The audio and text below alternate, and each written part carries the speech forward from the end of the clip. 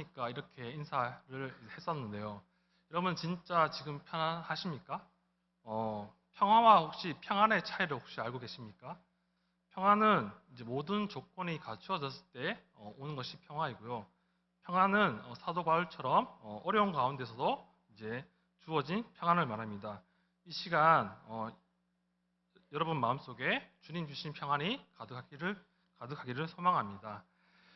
하나님은 인간을 만드시고 인간이 일할 뿐만 아니라 쉬도록 창조를 하셨습니다. 우리가 쉬어주지 않으면 몸에 무리가 되어 병이 걸릴 수도 있습니다. 더 심각한 것은 쉬지 않으면 정신적으로도 문제가 생길 수가 있습니다. 오래전 TV에서 자동차를 한 달에 평균 30대를 파는 판매왕을 소개한 프로그램을 보았습니다. 보통 사람은 한 달에 평균 3대를 파는데 이분은 보통 사람보다 10배나 더 많이 파는 겁니다. 그러기 위해서 이 남자분은 얼마나 열심히 자동차를 파는지 밥 먹을 시간도 심지어는 화장실을 갈 시간도 없었습니다. 가족하고 식사를 하다가도 고객에게 전화가 오면 밥 먹다가도 달려갑니다. 1년 내내 쉬는 날이 없었습니다. 그 결과 부인이 떠나고 아들과도 말도 안 하는 사이가 되었습니다. 쉬지도 않고 일하다 보니까 가정이 깨어졌습니다. 고대 그리스의 도시국가 스파르타는 전쟁을 위해 존재했던 국가입니다. 전쟁을 하는 동안 스파르타는 가장 강한 국가였습니다. 그러나 평화가 찾아오자 스파르타는 몰락하고 말았습니다. 철학자 아리스토텔레스는 스파르타가 멸망한 것은 쉬는 문화를 몰랐기 때문이라고 말합니다. 스파르타 사람들은 남자나 여자 할 것 없이 모두 전쟁을 위한 군사 교육에만 전념했습니다. 그리하니 쉬는 법을 몰랐습니다. 우리가 건강하게 살기 위해서는 우리는 쉬는 법을 배워야 합니다. 현대 사회는 개인적으로 할 일도 많고 너무나 바쁘고 스트레스를 많이 받기 때문에 더더욱 먼저 쉬는 법을 배워야 합니다. 그러나 시간이 있다고 쉬는 것이 아닙니다. 마음의 평안이 있어야 우리는 잘 쉴 수가 있습니다. 오늘 성경 말씀 마태복음 11장 28절에서 예수님께서 말씀하시기를 수고하고 무거운 짐진 자들아 다 내게로 오라 내가 너희를 쉬게 하리라 라고 말씀하십니다. 오늘도 예수님은 세상을 살아가느냐고 수고하고 무거운 짐을 지고 지쳐있는 여러분들을 오라고 말씀하십니다. 예수님께로 가기만 하면 진정한 쉼을 얻을 수 있기 때문입니다. 세상에 수고하고 무거운 짐을 가볍게 질 수 있는 첫 번째 길은 예수님께 가는 겁니다. 어떤 피아노 선생님이 아이들에게 피아노를 가르치면서 공통적인 현상을 발견했다고 합니다. 그것은 아이들이 음표는 정확히 지키는데 심표는 아예 무시하고 지나친다는 것이었습니다. 그것을 경험하면서 그 선생님은 대학 시절 작곡 레슨을 받는 시간에 교수님이 해주었던 말이 기억났다고 합니다. 자신이 쓴 곡을 본 교수님께서는 어떤 의미로 여기다 심표를 썼느냐고 물으셨습니다. 그러면서 심표도 음표와 마찬가지로 음악이며 음표를 쓰는 의미만큼 심표도 의미 있게 써야 한다고 설명해 주셨답니다. 그 설명을 들은 후에 심표에 대한 생각의 전환이 이루어졌다고 합니다. 그렇습니다. 심표도 음악의 중요한 부분이듯이 우리 삶 속에서 쉼도 일과 마찬가지로 중요한 것임을 우리는 알아야 합니다. 예수님은 제자들에게 쉼표의 레슨을 가르쳤습니다. 마가복음 6장 30절에서 32절을 보시면 예수님의 제자들이 전도 여행에서 돌아온 후 자기들이 한 일과 가르친 일들을 예수님께 다 보고합니다. 자기들이 나가서 예수님이 하시는 것처럼 능력 있는 말씀을 선포하고 병자들을 고치고 귀신들도 쫓아냈으니 얼마나 신이 났겠습니까? 그래서 그런 이야기들을 막 쏟아놓고 있는 것입니다. 그런데 그때 신이 나서 보고하는 그들의 말을 의외로 예수님께서는 중단시키시면서 말씀하셨습니다. 너희는 따로 외딴 곳으로 와서 좀 쉬어라 라고 말씀하셨습니다. 제자들이 열심히 전도 여행을 다녀와서 또 수많은 사람들을 섬기느라 밥 먹을 여유도 없는 것을 보시고 예수님은 그들에게 좀 쉬라고 하십니다. 그렇다면 모든 인생이 그렇게도 갈망하는 참된 쉼, 진정한 안식은 어떻게 가능할까요? 오늘 성경 본문이 바로 그 해답을 주고 있습니다. 수고하고 무거운 짐진 자들아 다 내게로 오라 내가 너희를 쉬게 하리라. 주님께서 여기서 언급하신 수고의 짐, 무거운 짐은 본문 앞에 나오는 문맥을 살펴보면 이것은 죄의 짐을 말하는 것이 틀림이 없습니다. 창세기를 읽어보면 수고하는 것은 죄와 더불어 인류에게 주시는 결과였습니다. 하나님께서는 불순종하고 죄를 지은 첫 아담에게 너는 죽는 날까지 수고를 하여야만 땅에서 나는 것을 먹을 수 있을 것이라고 말씀하셨습니다. 그리고 하와에게는 너는 고통을 겪으며 자식을 낳을 것이다 라고 하셨습니다. 누가 우리의 이 수고로운 인생의 문제를 해결해 줄 수 있습니까? 만일 인간이 스스로 인간의 노력으로 이 수고로운 인생의 짐을 벗을 수 있었다면 예수님은 이 땅에 오실 필요가 없었습니다. 우리가 다 할 수 있는데 왜 오셔야 했겠습니까? 그러나 이 수고하고 무거운 짐은 인간의 어떤 노력으로도 해결이 불가능합니다. 그렇기 때문에 이 수고로운 인생의 짐을 해결해 주시고자 하나님은 구주이신 예수 그리스도를 우리에게 보내주신 것입니다. 놀랍게도 메시아이신 예수님께서 오시기 무려 700년 전에 이사야 선지자는 장차 오실 구세주의 사역을 이렇게 예언했습니다. 이사야서 53장 4절은 말씀합니다. 그는 실로 우리가 받아야 할 고통을 대신 받고 우리가 겪어야 할 슬픔을 대신 겪었다고 말씀하고 있습니다. 바로 그분, 우리의 죄와 수고의 짐을 대신 지고 십자가에 못 박히신 예수께서는 오늘도 이 수고의 무거운 짐을 지고 참 안식을 모른 채 살아가는 인생들을 초청하고 계십니다. 성도 여러분, 여러분이 세상에서 수고하고 무거운 짐을 지고 지쳤을 때 여러분은 제일 먼저 예수님께 더 가까이 나아가야 합니다. 예수님께 가까이 가면 예수님이 여러분의 마음을 회복시켜 주시고 힘을 주실 줄로 믿습니다. 존 버니안이 쓴 철로 역정을 보면 크리스천이 등에 무거운 짐을 지고 언덕 위를 올라가고 있습니다. 그 언덕 위에는 십자가가 있었고 언덕 아래에는 무덤이 입을 벌리고 있었습니다. 크리스천이 십자가 위로 올라가는 순간 그의 어깨에서 짐이 풀려 등에서 벗겨지더니 계속 미끄러져 내려 마침내 무덤 안으로 굴러떨어져 다시는 보이지 않게 되었습니다. 크리스천은 무거운 짐을 벗어버린 홀가분한 기쁜 마음으로 다음과 같이 말했습니다. 주께서 괴로움을 당함으로써 내게 평안을 주셨고 주께서 목숨을 버리사 내게 영생을 주셨나이다.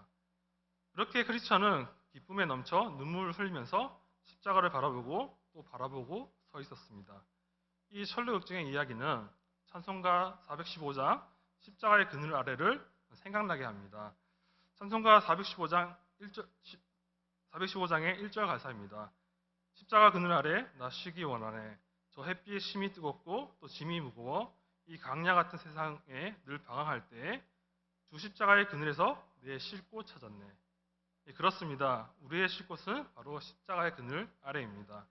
우리 인생의 무거운 짐은 예수님의 십자가 앞에 가지고 나아갈 때 우리는 무거운 짐에서 해방을 받고 무거운 짐을 모두 벗어버릴 수가 있습니다. 십자가 아래에서 우리는 참 평화를 누리고 안식을 누리는 것입니다. 여러분의 모든 짐을 십자가 아래에 내려놓고 그 그늘 아래에서 참된 쉼을 누리시길 간절히 소망합니다. 다음으로 본문 29절을 보시면 예수님께서는 나는 마음이 온유하고 겸손하니 나의 멍에를 메고 내게 배우라고 말씀하십니다. 첫째는 나의 멍에를 메라는 말씀입니다. 예수님과 함께 멍에를 맨다는 것은 예수님과 동행을 한다는 뜻입니다.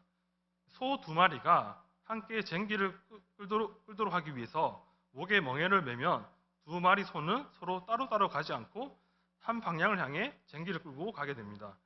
여러분이 예수님과 함께 멍에를 메고 가면 삶이 잘못된 방향으로 가지 않습니다. 그리고 인생의 무거운 짐도 예수님께서 함께 져주시기 때문에 가볍게 느껴집니다. 그 다음은 예수님의 온유와 겸손을 배우라고 예수님께서는 말씀하십니다.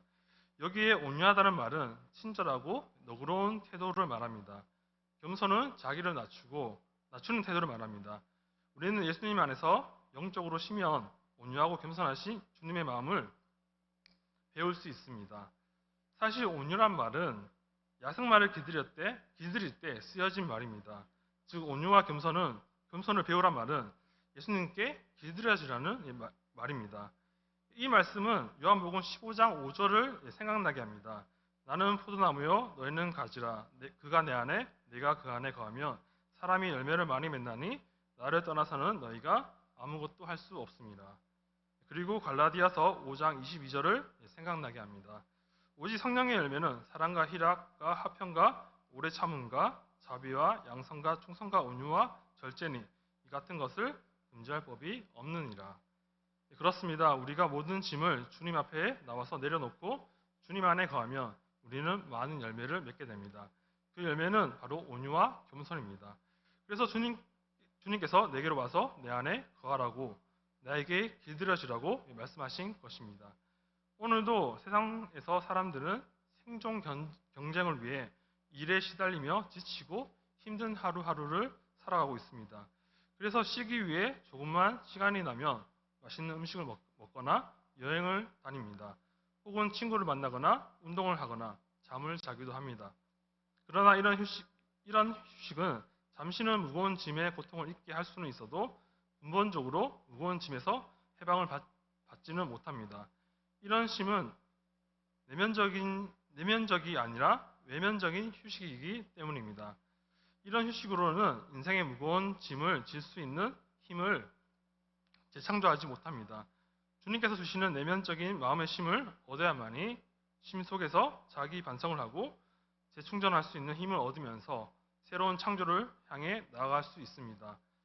그런 사람에게는 더 이상 세상의 모든 수고와 무거운 짐은 더 이상 고통이 아니라 오히려 기쁨이 될 수가 있습니다. 오늘 내가 하는 공부도 일도 모든 일이 주님이 주시는 마음의 쉼을 통하여 삶을 새롭게 바라보고 해석하기 때문에 모든 것을 긍정적으로 생각하고 살아가기 때문에 무거운 짐도 무겁게 느껴지지 않고 오히려 감사하며 기쁨으로 살아가게 되는 것입니다. 예수님과 함께 멍에를 메고 예수님과 동행하며 인생의 길을 가시기 바랍니다. 그리하면 예수님께서 평안과 쉼을 주실 줄로 믿습니다. 다음으로 30절에서 예수님께서는 내 멍에는 쉽고 내 짐은 가벼움이라 라고 말씀하십니다. 우리가 매일 살아가는 세상의 무거운 짐을 내 것이라고 생각하면 너무나 무겁고 힘이 듭니다.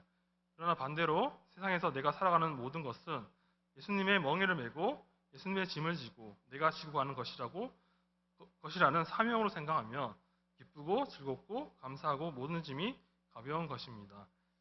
이 말씀은 갈라디아서 2장 20절을 생각나게 합니다. 내가 그리스도와 함께 십자가에 못 박혔나니 그런즉 이제는 내가 사는 것이 아니요 오직 내 안에 그리스도께서 사시는 것이라. 이제 내가 육체 가운데 사는 것은 나를 사랑하사 나를 위하여 자기 자신을 버리신 하나님의 아들을 믿는 믿음 안에서 사는 것이라. 그렇습니다. 내 안에 그리스도가 사시기 때문에 내가 짐을 지는 것이 아니라 주님이 짐을 지고 사시는 것입니다. 그리고 예수님께서는 인생의 짐을 함께 져주십니다. 그러하기 때문에 예수님의 짐은 쉽고 가벼운 것입니다. 예수님 당시에 유대 종교자들은 백성들에게 구약의 율법을 여러 가지 또 다른 법을 추구하여 이 법을 지켜야 구원을 받을 수 있다고 가르쳤습니다. 그래서 유대 종교 지도자들이 가르치는 구원을 얻으려면 무거운 짐을 메는 것 같고 어려운 멍에를 메는 것과 같았습니다. 그러나 예수님의 가르침은 간단했습니다. 나를 믿는 자는 영생을 얻고 구원을 얻는다고 가르쳐 주셨습니다. 요한복음 1장 12절은 말씀합니다. 영접하는 자, 그 이름을 믿는 자들에게는 하나님의 자녀가 되는 권세를 주셨습니다. 요한복음 3장 16절을 말씀합니다. 하나님이 세상을 이처럼 사랑하사 독생자를 주셨으니 이는 그를 믿는 자마다 멸망치 않고 영생을 얻게 하려 하심이라. 500년 전 마틴 루터는 카톨릭으로부터 종교개혁을 했습니다. 루터가 종교개혁을 하게 된 결정적인 계기가 있습니다. 어느 날 루터가 로마서 말씀을 연구하는 중에 로마서 1장 17절에 복음에는 하나님의 의가 나타나서 믿음으로 믿음에 이르게 하나니 기록된 바 오직 의인은 믿음으로 말미암아 살리라 한가 같으니라. 루터는 이 말씀을 연구하는 가운데 하나님의 의라는 단어가 지금까지 자기 노력을 얻어야 하는 능동적인 의가 아니라 하나님이 선물로 주시는 수동적인 의라는 사실을 깨닫게 되었습니다. 그때의 심정을 루터는 이렇게 말합니다. 이것을 깨닫고 나는 내가 완전히 새로 거듭나서 열린 문들을 통하여 낙원으로 들어갔다는 것을 느꼈다라고 말하고 있습니다. 루터는 지금까지 가톨릭 교회에서 가르쳐 준 대로 하나님의 의는 나의 노력으로 받을 수 있는 것이라고 생각했는데 로마서의 말씀을 자세히 연구하는 가운데 하나님의 의, 즉 구원은 하나님이 주시는 선물이라는 것을 깨닫게 되었습니다. 구원은 우리의 노력으로 얻는 것이 아니라 오직 예수님을 믿기만 하면 주님이 주시는 하나님의 선물이라는 것을 깨닫는 것입니다. 이것은 루터에게는 말씀이 주는 참된 쉼, 영적인 쉼이 되었습니다. 이제 말씀을 맺겠습니다.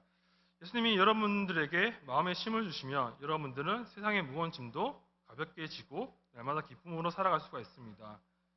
오늘 것은 내가 사는 것이 아니라 예수님을 위해 사는 것이라고 고백한다며 내가 하는 모든 일은 예수님의 일이기 때문에 예수님께서 짐을 함께 져주십니다. 우리가 예수님께 가면 예수님은 우리 영혼에 위로를 주시고 힘을 주십니다. 이런 영적인 위로와 쉼이 있을 때 우리는 세상의 모든 수고하고 무거운 짐을 이길 수가 있습니다. 그러므로 우리는 먼저 영적으로 쉬는 법을 배워야 합니다. 여러분이 예수님께 가면 예수님은 여러분의 마음에 영적인 쉼을 주십니다. 여러분이 먼저 영적으로 쉬는 법을 배우면 정신적이고 육체적으로도 힘을 얻을 수가 있습니다. 수고하고 무거운 짐진 자들아 다 내게로 오라 내가 너희를 쉬게 하리라. 나는 마음이 온유하고 겸손하니 나의 멍에를 메고 내게 배우라. 그리하면 너희 마음이 쉼을 얻으리니 이는 내 멍에는 쉽고 내 짐은 가벼움이라. 이 말씀을 기억하며 주님께 매일 나오시기를 바랍니다. 그리고 주님의 멍에를 메고 주님께 배우기에 힘쓰기를 바랍니다. 주님 안에 거하기를 힘쓰시기 바랍니다. 그렇게 살아갈 때 놀라운 주님의 안식과 평안을 여러분들이 누리시게 될 줄로 믿습니다. 네, 기도드리겠습니다. 주님, 저희의 삶 가운데 주님이 주시는 쉼을 얻기를 소망합니다. 삶의 인생길에서 지쳐있는 저희들이 예수님께 나아감으로 인하여 참된 쉼과 평안을 누리며 살아가도록 인도하여 주시옵소서. 감사드리며 예수님의 이름으로 기도드립니다. 아멘.